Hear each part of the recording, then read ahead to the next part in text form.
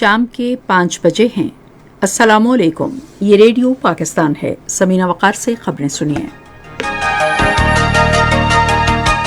پہلے اہم خبروں کا خلاصہ۔ قومی اسمبلی نے آج ایک قرارداد متفقہ طور پر منظور کی، جس میں کہا گیا ہے کہ شرمناک حد بندیوں پر مبنی ڈھونگ انتخابات بھارت کے غیر قانونی زیر قبضہ جموں و کشمیر میں آزادانہ اور غیر جانبدارانہ استصواب رائے کا متبادل نہیں ہو سکتے۔ خارجہ امور کی وزیر مملکت نے کہا ہے کہ پاکستان جارے بھارت کے ساتھ مذاکرات نہیں کرے گا۔ پاکستان اور چین نے روایتی دوستی کو آگے بڑھانے پر اتفاق کیا ہے اور دونوں ملک کسی طاقت کو اپنے سدا بہار تصویراتی دوستی پر مبنی شراکت داری کو سبوتاژ کرنے کی اجازت نہیں دیں گے۔ شمالی کوریا نے آج سمندر میں کم فاصلے تک مار کرنے والے 3 بیلسٹک میزائل داغے ہیں۔ اور اب خبریں تفصیل کے ساتھ۔ قومی اسمبلی نے آج متفقہ طور پر ایک قرارداد کی منظوری دی، جس میں بھارت کے غیر قانونی زیر قبضہ جموں و کشمیر میں نام نہاد حد بندی کمیشن کے ذریعے آبادی کا تناسب تبدیل کرنے کی بھارت کی حالیہ کوشش کی مذمت کی گئی ہے۔ وزیر خارجہ بلاول بھٹو زرداری کی جانب سے پیش کی گئی قرارداد میں کہا گیا ہے کہ بھارتی اقدامات کا مقصد اپنے زیر قبضہ جموں و کشمیر میں مسلم اکثریت کی انتخابی طاقت کو مصنوعی طور پر تبدیل کرنا ہے۔ قرارداد میں یاد دہانی کرائی گئی ہے کہ جموں و کشمیر ایک عالمی سطح پر مسلمہ تنازع ہے جو طویل عرصے سے اقوام متحدہ کی سلامتی کونسل کے ایجنڈے پر موجود ہے۔ قرارداد میں کہا گیا ہے کہ جعلی حد بندیوں کی بنیاد پر انتخابات اقوام متحدہ کی زیر نگرانی آزادانہ اور غیر جانبدارانہ استصواب رائے کا متبادل نہیں ہو سکتے۔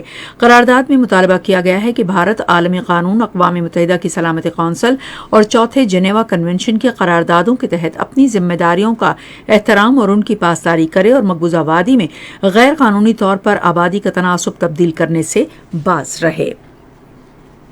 ایوان سے خطاب کرتے ہوئے وزیر خارجہ بلاول بھٹو زرداری نے کہا ہے کہ انہوں نے اقوام متحدہ کی سلامتی کونسل کے صدر اور اقوام متحدہ کے سیکرٹری جنرل کے نام نہاد ایک مراسلہ بھی جاری کیا ہے، جس میں انہوں نے بھارت کی طرف سے مقبوضہ جموں و کشمیر میں آبادی کا تناسب تبدیل کرنے کے لیے بھارت کی طرف سے کیے گئے غیر قانونی اقدامات کو بے نقاب کیا ہے۔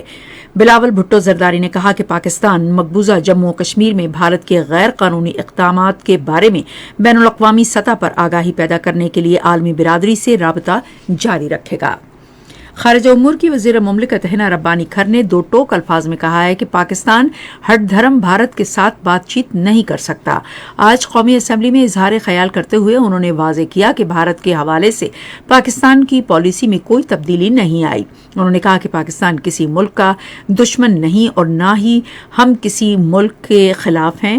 انہوں نے کہا کہ پاکستان یورپی یونین کے ساتھ روابط بہتر بنانا چاہتا ہے کیونکہ GSP+ درجے سے ملک کی برآمدات بہتر بنانے میں مدد ملی ہے۔ قومی اسمبلی کو آج بتایا گیا کہ موجودہ مالی سال کے دوران ملک کو $30 ارب سے زائد ترسیلات زر موصول ہونے کی توقع ہے۔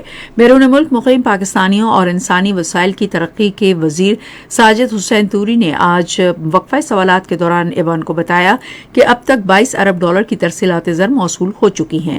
انہوں نے یاد دہانی کرائی کہ گزشتہ مالی سال کے دوران $29 ارب کی ترسیلات زر موصول ہوئی تھیں۔ پاکستان اور چین نے روایتی دوستی کو آگے بڑھانے پر اتفاق کیا ہے اور دونوں ملک کسی طاقت کو اپنی سدا بہار تصویراتی دوستی پر مبنی شراکت داری کو سبوتاژ کرنے کی اجازت نہیں دیں گے۔ یہ بات چینی وزارت خارجہ کے ترجمان نے آج بیجنگ میں اپنی معمول کی بریفنگ میں کہی۔ اسٹیٹ کونسلر اور وزیر خارجہ وانگ وی کے ایک اپنے پاکستانی ہم منصب بلاول بھٹو زرداری سے ملاقات کا حوالہ دیتے ہوئے انہوں نے کہا کہ دونوں وزرائے خارجہ نے اپنے سدا بہار تصویراتی شراکت داری اور سیاسی تعاون پر اہم اتفاق رائے کیا۔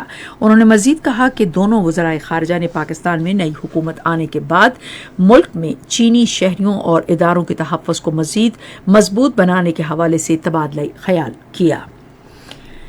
شمالی کوریا نے آج کم فاصلے تک مار کرنے والے 3 بیلسٹک میزائل سمندر میں فائر کیے۔ جنوبی کوریا کے جوائنٹ چیفز آف سٹاف نے کہا ہے کہ میزائل شمالی کوریا کے دارالحکومت سے مشرقی ساحل کی جانب داغے گئے۔